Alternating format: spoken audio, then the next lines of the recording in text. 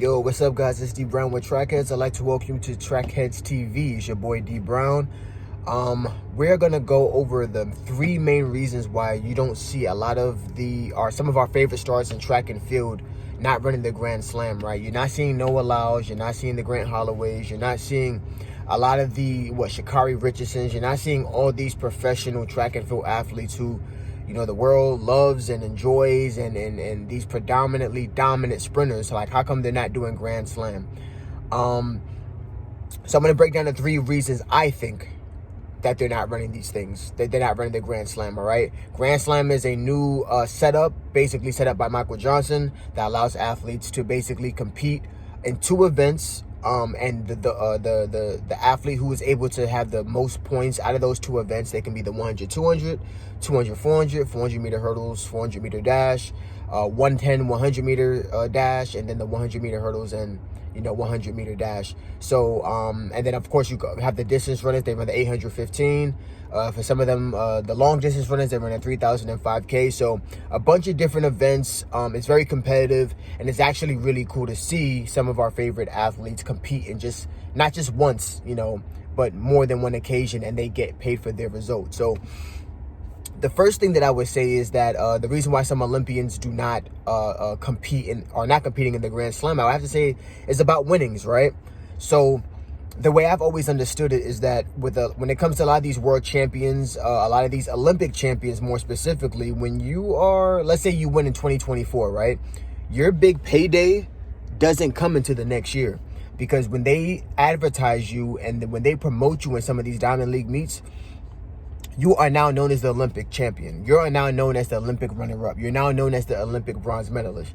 You're now known as the Olympian. So your payday comes the next year, not the same year, because usually the Olympics or the World Championship is one of the last meets of the year, but you get paid in the following year. So I think a lot of these Olympic champions, such as Sha'Carri Richardson, even like Julian Alfred, some of these athletes, they're even though it's 100K is a lot for the traditional average world caliber athlete, Noah Lyles isn't going to put himself in a space as Olympic champion to compete against guys who are satisfied with 100K. 100K is a lot for anybody. Well, we're talking about the upper echelon. Like, Noah Lyles is in the upper echelon when it comes to the highest paid athlete, right? He is not just world champion, he's world champion, he's Olympic champion, he's multiple time world champion he has a resume. So if he's going to be the guy that is going to be getting the appearance fees for a Diamond League meet in London, in Brussels, in Zurich. He's going to be that guy that they pay the most in terms of like the bill, in terms of the most amount of money that anyone's getting. So he's not going to give that up or expose himself to a loss going into some of those meets where he can get his biggest payday, right? Even the likes of Sha'Carri Richardson, though she got although she got a silver medal in the Olympic Games in the 100, she still competed at a very high level and was a gold medalist in the 4x1. And she has a social media following that is like crazy. So why am I gonna get 100K at a meet that I have to win the 100 and 200 at? Why would I do that when no doubt her Nike deal doesn't just, I'm not gonna say I don't know her pockets, but I would assume that her Nike deal doesn't just include like performance incentives. She moves product. If they put a clothing or they put certain things on Sha'Carri, athletes are going to wear them. I know I train a couple athletes, specifically female, and they love them some Sha'Carri Richardson. So Sha'Carri, however you pronounce it, pardon me. So I would say the first thing would have to be the winnings and appearance fees. It's very lucrative for the new athlete coming up who's trying to build some momentum, who's trying to walk away with a lot of money. But for the athlete who is in the top pinnacle of their career, there's no reason to. It's almost like a downgrade. When they say track and field athletes don't get paid, they don't talk about the top 1%. They're talking about everybody else. Now, you do have Gabby Thomas who's in it. You do have Sydney McLaughlin who's in it. But their brand is a little bit different because they're basically can put themselves in a position to win it all.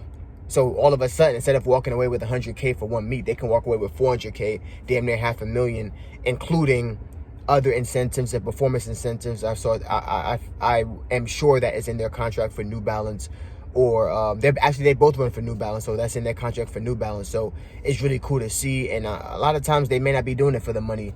They may be doing it for the money, the 100K, but not overall. Like, they don't need to go over to London or some of these foreign places to go compete. Number two, let's see. I will also say I don't think a lot of these athletes who are at this upper echelon want to risk doing 2 events back to back. You know, you have someone like Noah Lyles, like running the 100 and 200 in the same day that isn't a world championship. For what? Why? For 100K? I'm good. I don't need it. You know what I'm saying? I would also assume that, you know, someone like Julian Alfred, 100, 200, unless it's like a practice kind of situation where she's running the 2 or 4, or Noah Lyles is doing the 2 and 4. It's too much to lose and not enough gain.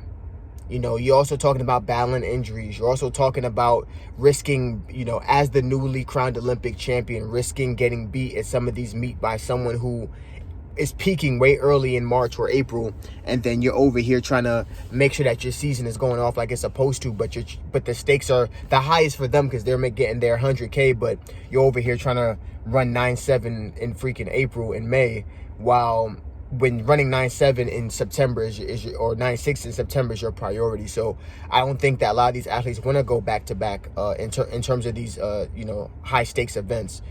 And number three, you know, just because there's been a high demand for like new leagues and new opportunities for athletes to get paid, doesn't mean everybody wants these new leagues and new things to happen.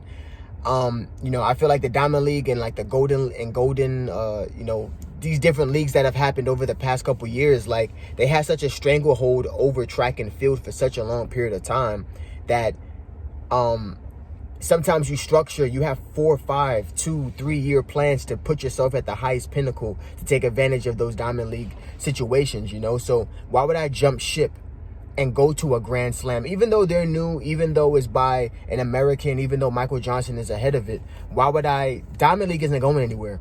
They have a stranglehold. Everyone knows track and field is in Europe. That's where the money's at. That's where people actually come and see. That's where they treat track and field athletes like stars. Asia, Europe, everywhere but the United States. Like, why would I jump ship to go to an American-based Grand Slam? You know, as a top performing athlete, where, you know, if I go to these Diamond Leagues and continue to perform, the opportunities are going to come to me the next year anyway. You know, it's like a lot of those athletes that are top of the top, they don't want to help build it. They want to take advantage of it when it's already rolling and doing what it's supposed to be doing. So,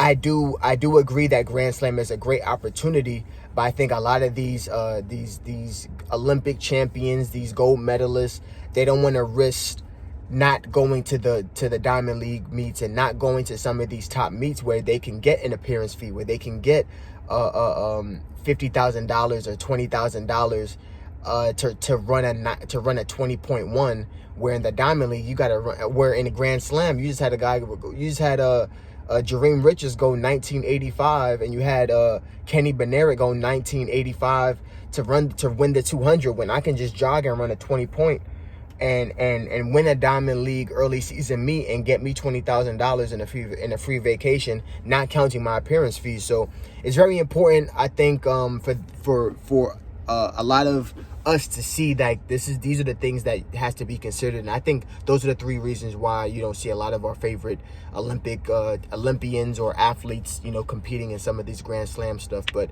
regardless, Grand Slam is a great product. I'm gonna continue to watch it and support to the best of my ability. And yeah, guys, just my 2 cents about why some Olympians are not running in the Grand Slam. So if you like what you see, comment below. If you got your 2 cents about why you think the case is, are they ducking, are they scared? You know, let me know in the comments below. But it's your boy D Brown. I want to thank you guys for watching. This is D Brown with Trackheads. Peace.